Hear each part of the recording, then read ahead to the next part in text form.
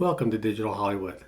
Our special guest on today's podcast is none other than John Attanasio, co-founder of Toonstar, a Web3 animated studio that is building the future of interactive storytelling and community experiences.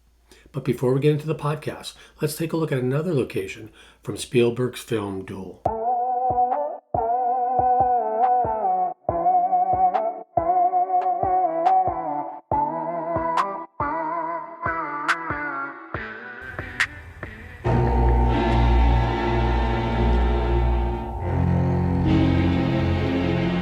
Something wrong?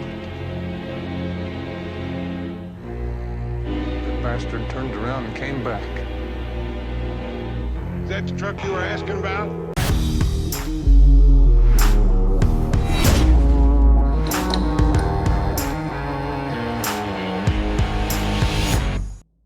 First of all, I want to say, thank you for taking your time out of your busy schedule for being here. I know you're all over the place, so thank you very much.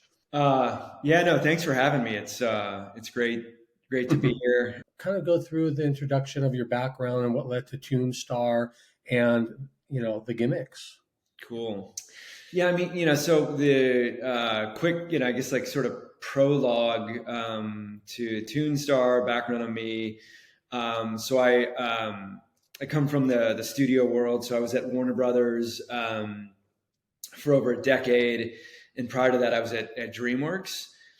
And I was in, a range of different roles, everything from, marketing roles, biz dev, digital content creation. And then the last role I was in was innovation. And so essentially, like, I was on the team, and it was in the digital media group. But I was on the team that was, trying to find, experiment with like new forms of storytelling, and experiment with new types of technologies to help new forms of storytelling. And, along the way also, between Warner and DreamWorks, have just been fortunate to work on a lot of, some of the biggest franchise properties. A lot of them are animated. I was fortunate to work on Shrek when I was at DreamWorks, and then at Warner Brothers, spent a lot of time, probably the majority of my time on Harry Potter, but then also included things, like the DC universe, Lego, Looney Tunes. So just, thankfully have had a chance to work on some really, really well-known big franchise properties. And I think, and so great experience, I got an opportunity to do some really interesting, cool things. I think along the way, also, had some observations and experiences that led me and my co-founder to start Toonstar. And so so I met my co-founder at Warner Brothers, and then prior to that, she was at Disney. So we were both in the digital media group, and there were a couple of things that we noticed that basically were the inspiration for starting Toonstar. The first thing is that we saw this, I'll call it like the rise of Web2. And we really just saw this very interesting industry develop where creators could connect directly with their fans, and basically create large, very large audiences, have these, direct, personal interactions with their fans. Fans were developing these very, personal and intimate relationships with the creators. And that was like very interesting to us because it was like the beginning, I guess, of what you call Web 2 is essentially the beginning of the creator economy. And that was, pinned around, I don't know, like 2005 ish. And so we saw that, and that was one thing that was very interesting to us. And then I think, another thing that we noticed was that when we looked at the animation space, it really was a bit of a private club, and it was, kind of the same folks on rinse and repeat, whether it was like writers or showrunners or voice talent.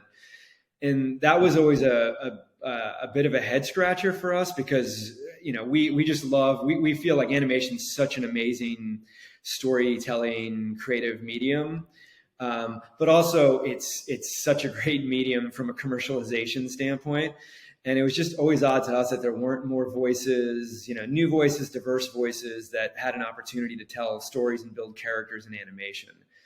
And I think you kind of put those two things together. And that really was the inspiration for starting, launching Toonstar. And I think that the question that those two things together sort of prompted for us was, what would DreamWorks or Disney look like if they were to launch today, given all the technology and sort of, tools that and advancements in production and storytelling, and also advancements in consumer experience. And at that time it was, more around Web 2, but just the things you could do on YouTube, the things you could do in social media. And sort of given all those things in the landscape, that's like, well, gee, what would a Disney or a DreamWorks look like if they were to, launch at that moment? And so that was the inspiration for Toonstar.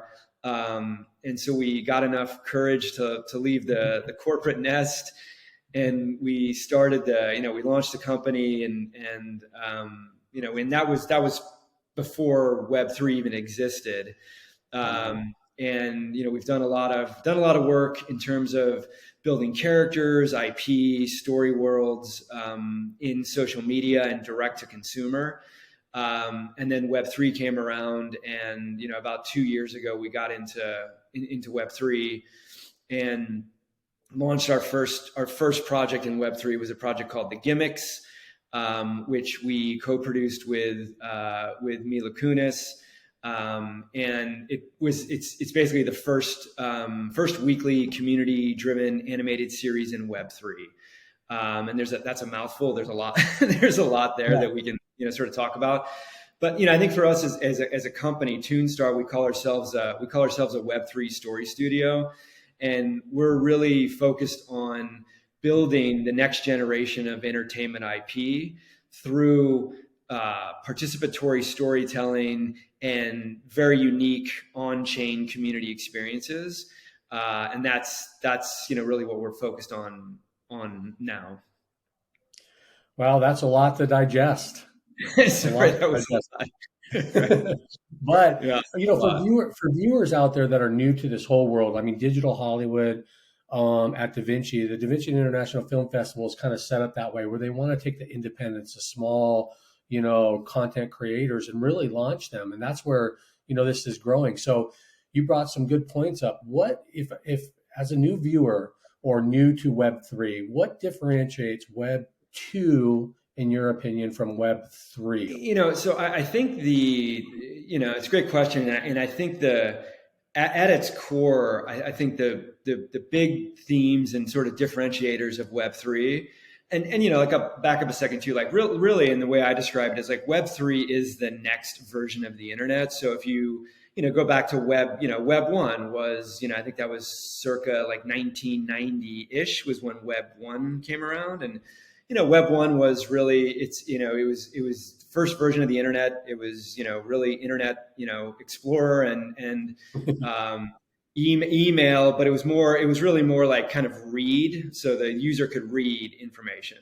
And then fast forward to Web 2, which is circa 2005-ish, and Web 2 is where it became the internet. Now, like, that's really social media, and that's now it's read and write, meaning that you can read, consume content, but now you can actually create content and post it and share content. So I think like, YouTube, social media, I think is a good sort of thing to think about for Web 2.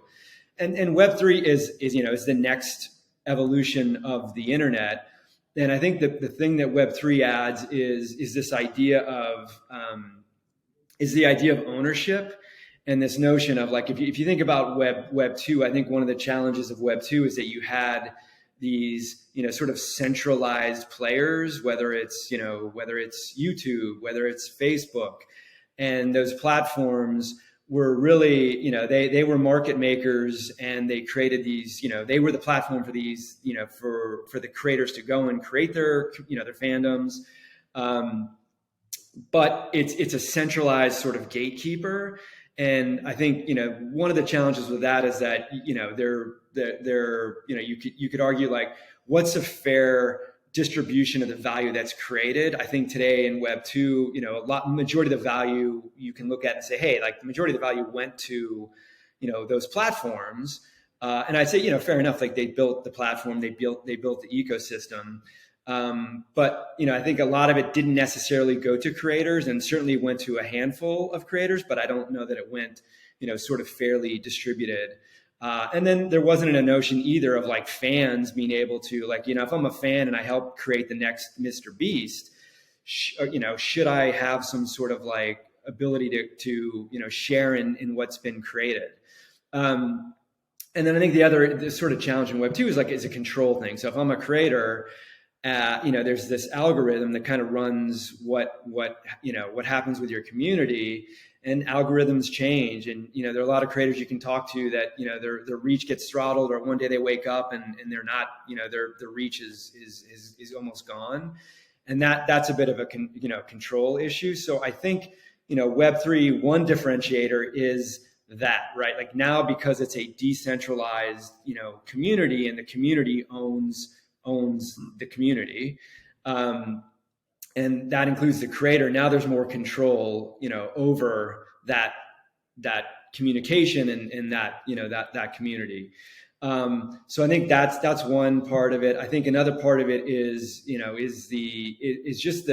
there's an ethos in Web3 around co-creation and participation. And I think that's linked to obviously the ownership part of it. But there's definitely this like strong sort of DNA of like wanting to jump in, participate with the creator, co-create with the creator. And there's a spectrum of like participation and co-creation. But I think that's very much a big part of the sort of the ethos of Web3. And again, not to say that wasn't in Web 2, but I just think there are things in there, there are aspects of Web 3 that sort of present new opportunities for participation and co-creation, certainly for ownership, and also I would say for more control. And there are other sort of use cases, but I think, at least at the highest level, that's probably, one good way to think about the difference.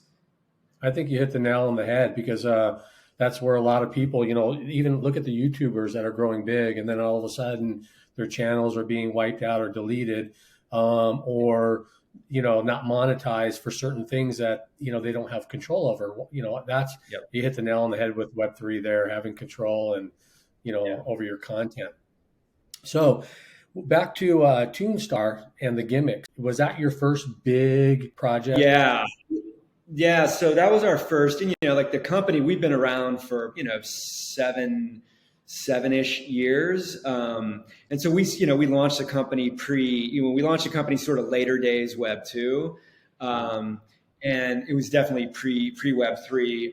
But I think for us, it was biased obviously, but I think it was a real benefit for us because it allowed us to do a couple things. Like it gave us reps in terms of experimenting with creating characters and IP directly with communities.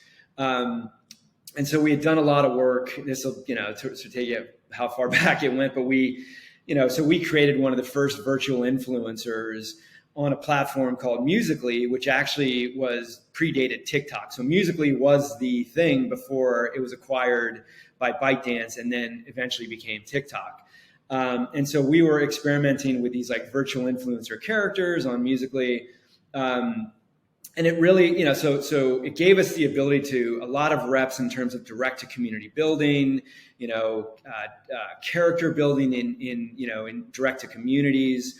And then the other thing it allowed us to do is to build out our tech stack, because we have two types of tech. We have production tech. And it's the best analogy. It's sort of like, it's kind of like a gaming engine. So it helps us to automate a lot of the animation process, whether it's like lip syncing, facial expression, certain movements.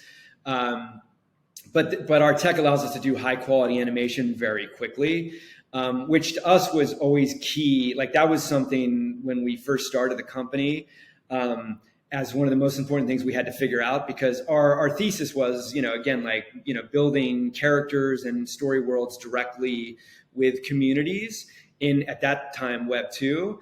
And our opinion is if you're going to do that, you have to move at we call it move at the speed of social.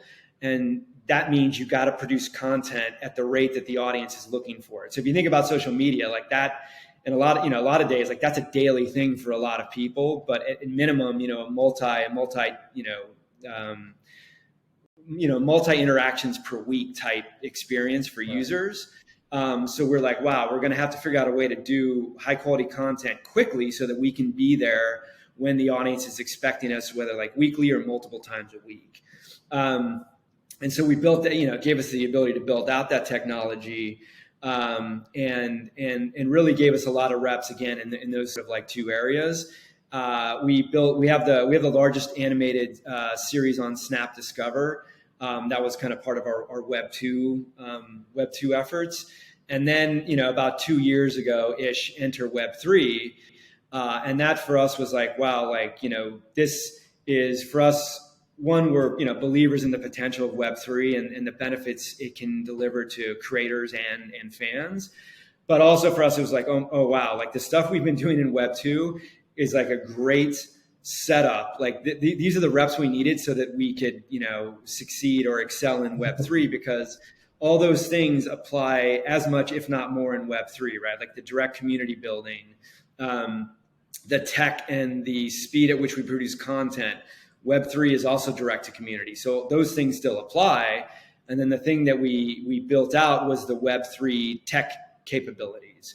So those are the sort of investments we've been making the last few years, and building out, what that means from, everything from doing smart contracts to higher order, what I'd call sort of higher order Web3 utilities.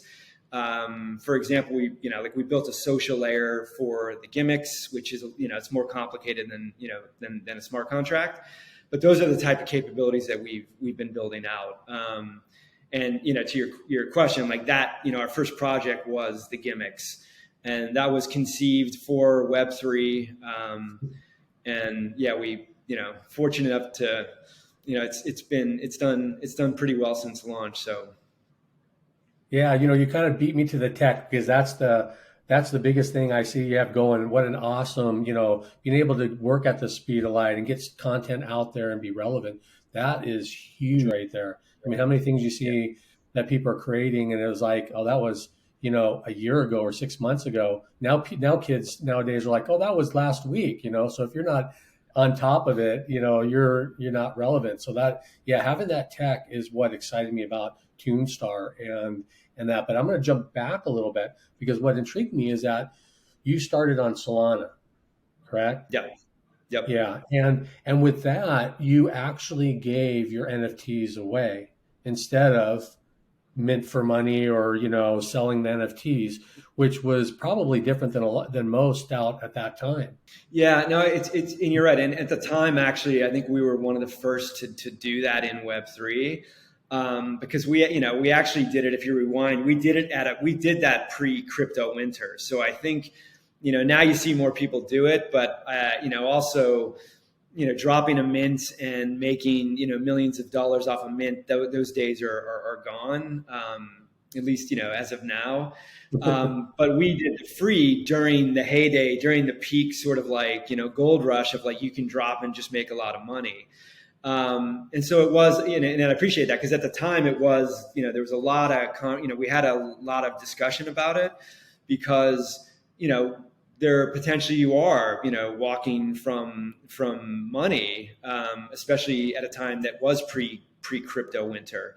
And I think for us, where we landed is that we're in, Web3 for the long game, and for the long haul. And for us, I think it kind of starts with our thesis, and our thesis is, and again, like what we were doing in Web2, I think prepared us for Web3. And the thesis still applies to Web3, because our belief is that, these new tech and these new forms of storytelling and these new mediums will be the springboard for the next generation of hit entertainment IP. And that's, that was our thesis in Web2. That's our thesis in Web3. And the only difference is really the playground has changed, right? So the technology has changed. There are new kind of cool different things we can do as for, from a storytelling and experience standpoint. But that thesis has still held. And for us, because that's sort of the end game, and I bring this up because that's the end game, being the end game, then it's hard to create like a franchise IP without bringing in as many people as you can into the world and into the experience, into the content.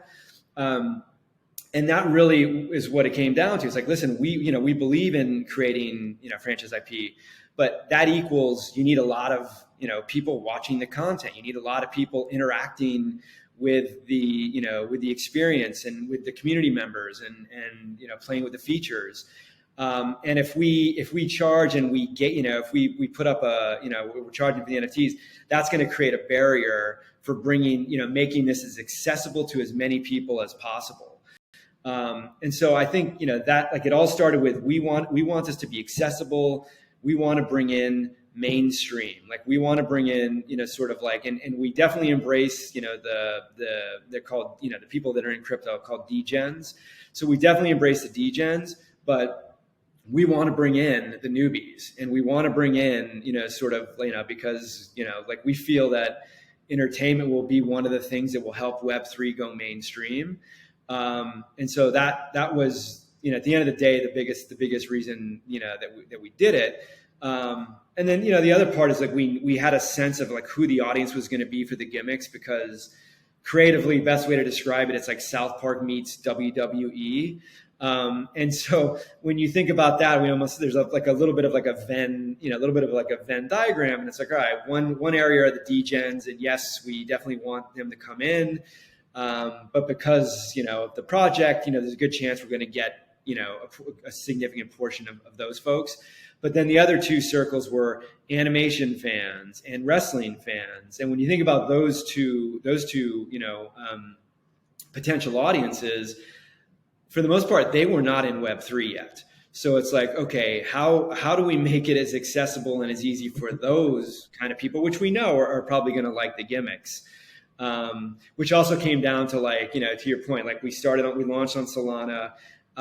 And then there were other reasons we chose Solana, also because, we're building a project that was going to have a lot of like engagement opportunities and which are basically transactions on chain. And if you do that on a blockchain that's got high gas fees, then all of a sudden you've got a barrier to engagement with the project. And so, there are a host of reasons we selected Solana, but one of them big ones was like the really low gas fees. Because that would not be a hindrance to people coming in and just having fun and, sort of like engaging with each other in the project. Correct me if I'm wrong. So the first series is on Solana, and the second season, or the first season, second season on Avalanche, correct? Our belief is that, the future of, Web3 is going to be, we believe it'll be, a multi-chain future.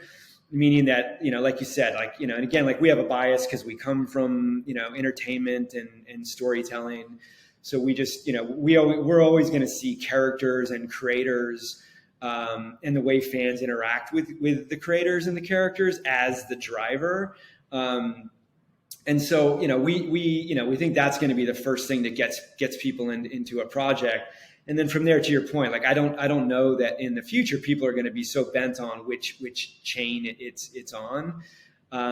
I do think what they're going to be bent on, and I think the industry we all have to do a better job, is just like making it, seamless user experience. Like make it as easy as you open something up, you turn on your phone, just like you think of like insert next, very easy sort of UX. And I think that's what we have to get to, so that people just, they're have a, very, just take all the barriers away as much as you can.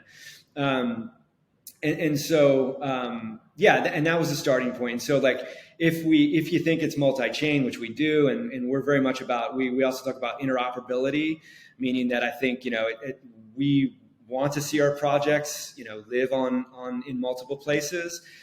Then that's what we've built for. So having a partnership with another chain aligned with that strategy.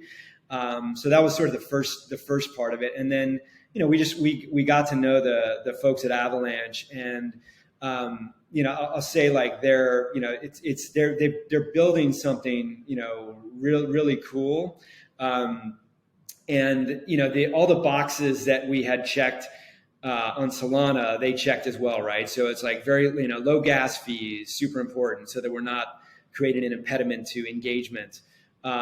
Green, right? Like having it, working with a green chain, super important to us.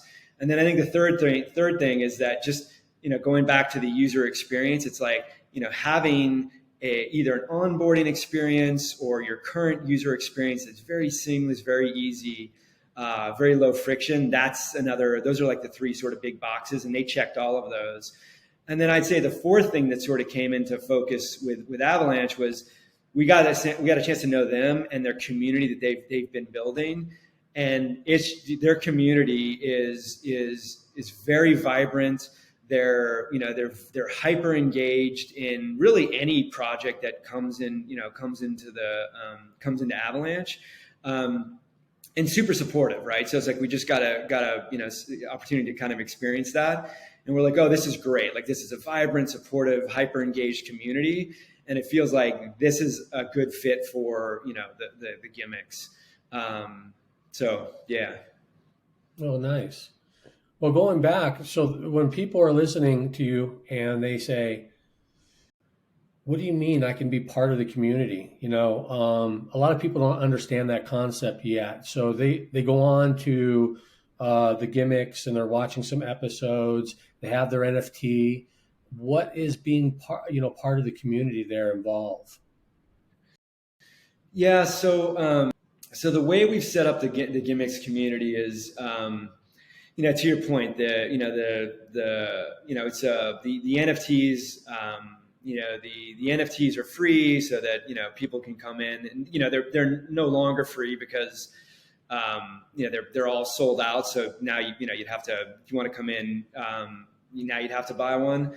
But initially they were free. And what came with that is you had rights to, again, like this goes along with the theme of the community, which is all about like co-creation and participation. You have rights to be able to vote on the episodes. And the way we did it, season one had 24 weekly episodes, which also is unheard of. That's unheard of in Web 2, let alone Web 3. But nobody in Web 3 was doing that or has done that since. And we're doing weekly episodes, and at the end of each episode, there's a cliffhanger. And so it's sort of choose your own adventure-ish. So the community, the token holders, get to vote on what's going to happen in the next week's episode. And again, those are all weekly episodes. So if you sort of stop to think about like, wow, you're doing that in animation, and you think about animation, you're like, yeah, like animation is known for something that takes a long time, and is pretty expensive historically, and so we're sort of like bucking that, certainly from a speed standpoint. And doing weekly episodes that are community driven changes a lot of the production and sort of development process. But that was one thing, was the voting. Another thing is that we created wikis, and so if you have an NFT, if you're an NFT holder, you can go to a wiki and you can write a backstory for your character, which is sort of the white space co-creation that we allowed the community to do. So we had.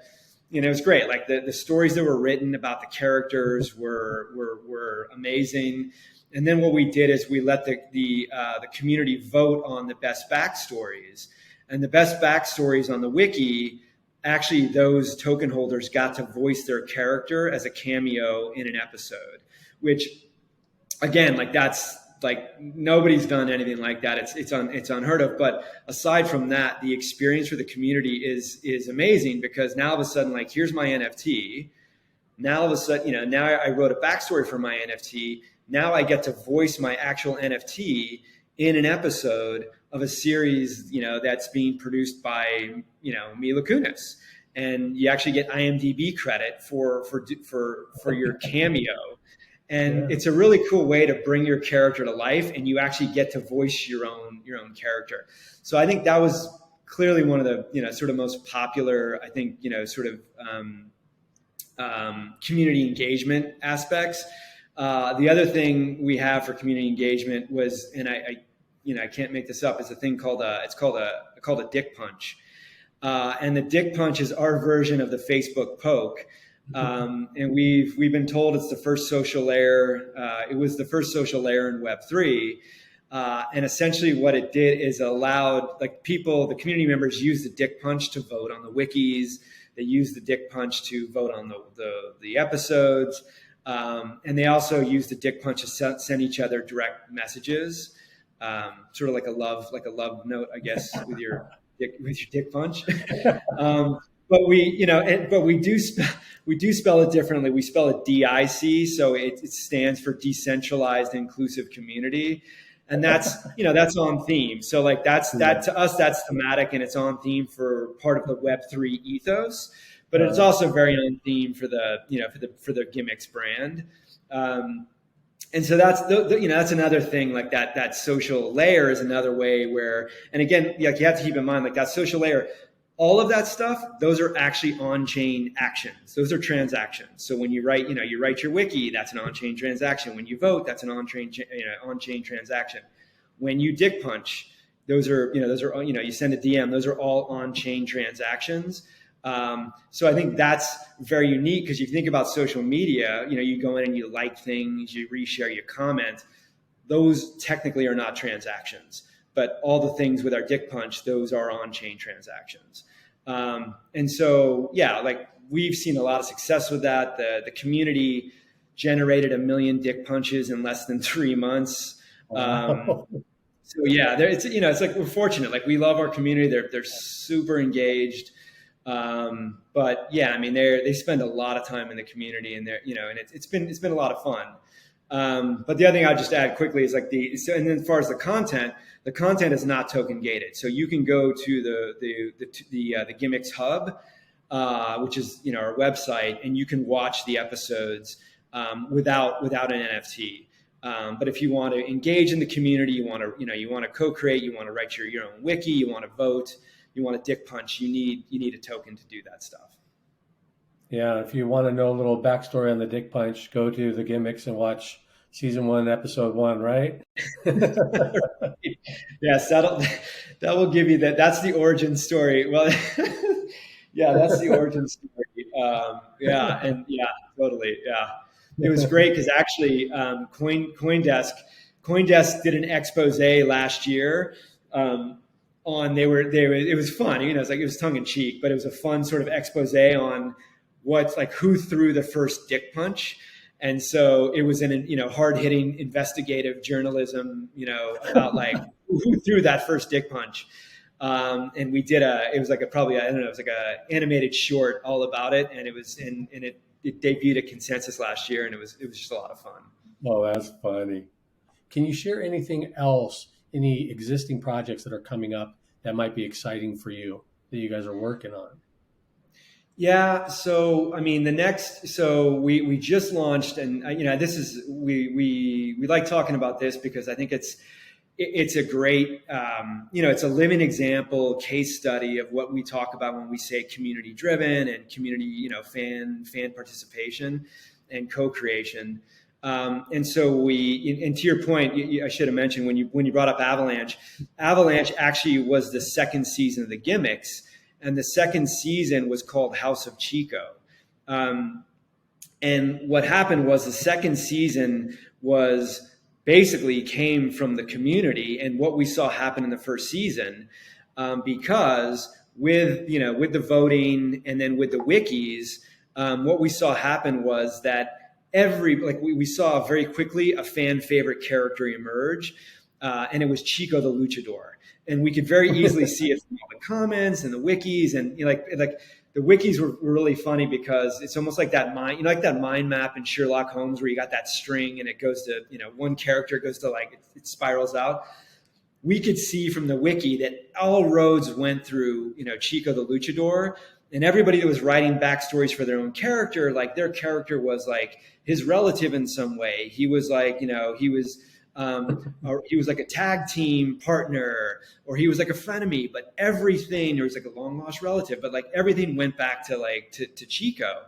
And so we're like, oh, this is great. Like we know everybody loves Chico. And then a lot of that sort of, the ideation from the community gave us the basis for like, yes, the second season should be all about Chico. And it picked up where the first season ended, which was there's a place called Kayfabe Estates. And that's where the crew, the wrestling crew sets up their shop. It's kind of like it's like their janky version of a wrestling promotion. But spoiler, at the end of season 1, things go horribly sideways and kayfabe is, near destroyed. And so Chico, season 2, now Chico he's forced to go back home to Mexico City and move in with his parents because he has nowhere else to go. And that brings up a lot of like really interesting family dynamics. But that basis of Chico and the speculation from the community and sort of like the ideation of the community became, sort of the basis for that second season, which is great because at the end of the day, that's like what we want to build. We call them story engines, and we want to build these story engines because we feel other stories will spiral, sort of spin out of the core engine. And that's exactly what happened with House of Chico. And the like really cool thing about House of Chico is it's the first all Latino animated series in Web3. And so, that debuted, it was the end of last year. We just wrapped that season, recently.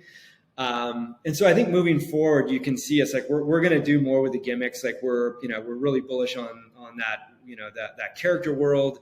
It's in a way, it's been, we've heard it, sort of called like a next gen South Park.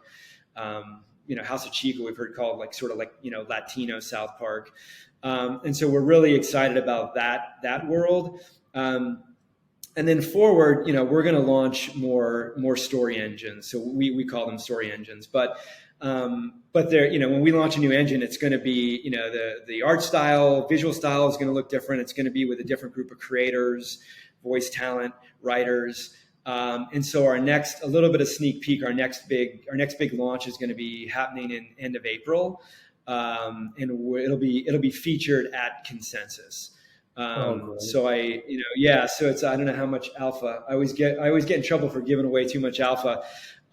So it's still sort of like, confidential, it's still kind of under wraps right now, but I will say it's got a great creator behind it.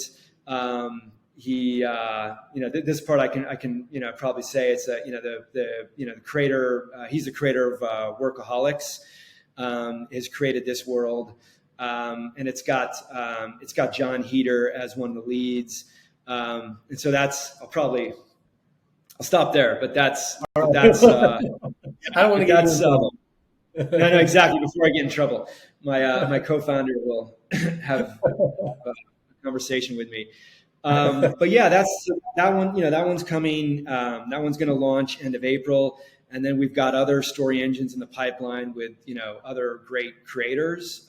So that's sort of that's what's ahead.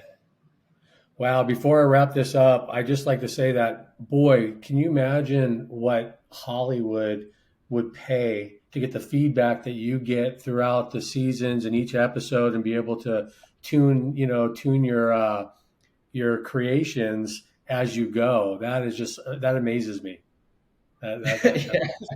Yeah, no, I mean, I agree. Like and again, coming from that world, like, I spent, decade plus in the studio system. And, I understand, like, you're 100% right. Like audience feedback, audience, just sort of, not just feedback on the content, but also sort of they're working with them to help, get a sense of where they'd like things to go and give them a chance to sort of weigh in on where things can go. We're just, again, like we're big believers in like participatory storytelling and interactive storytelling and really involving the community. And I think there are a lot, I think, it depends on who you talk to. I think some people, some traditionalists might not, welcome that or might not want to do that.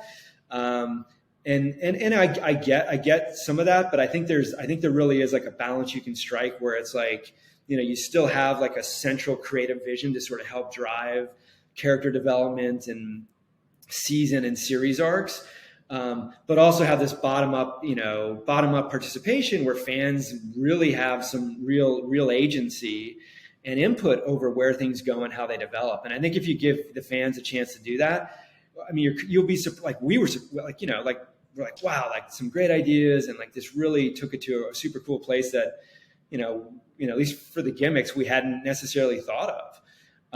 And so I think it's just, I don't know, like we're excited about like the possibilities of more of that. Awesome. Well, I guess we'll end there. We'll wait to the end of April to get more information on your next little series. And I appreciate your time, John. John, co-founder of Toonstar, thank you very much for being on Digital Hollywood at Da Vinci. Sam, thank you. Appreciate it. And here we are at location. As you can see, you'll see this mountain shot. Something wrong? Behind me is where they're probably set up for the truck turning around after exiting the tunnel. And there's the tunnel. This is on Soledad Canyon Road between Sand Canyon and Acton. This location was one of the add-on scenes to extend Duel from a 70-minute made-for-TV movie to a 90-minute theatrical release. The extended scenes were shot over a 2-day period by Spielberg. The bastard turned around and came back. Is that the truck you were asking about?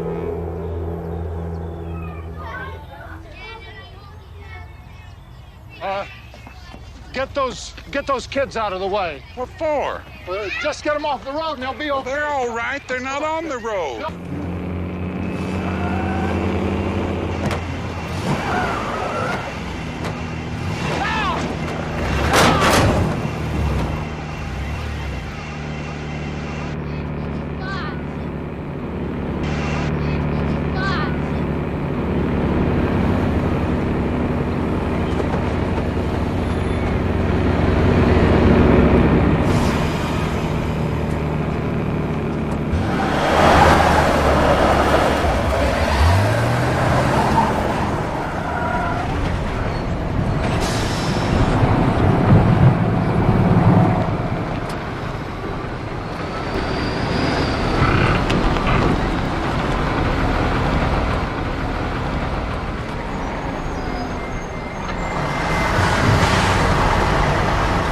If you like this content, please don't forget to like and subscribe.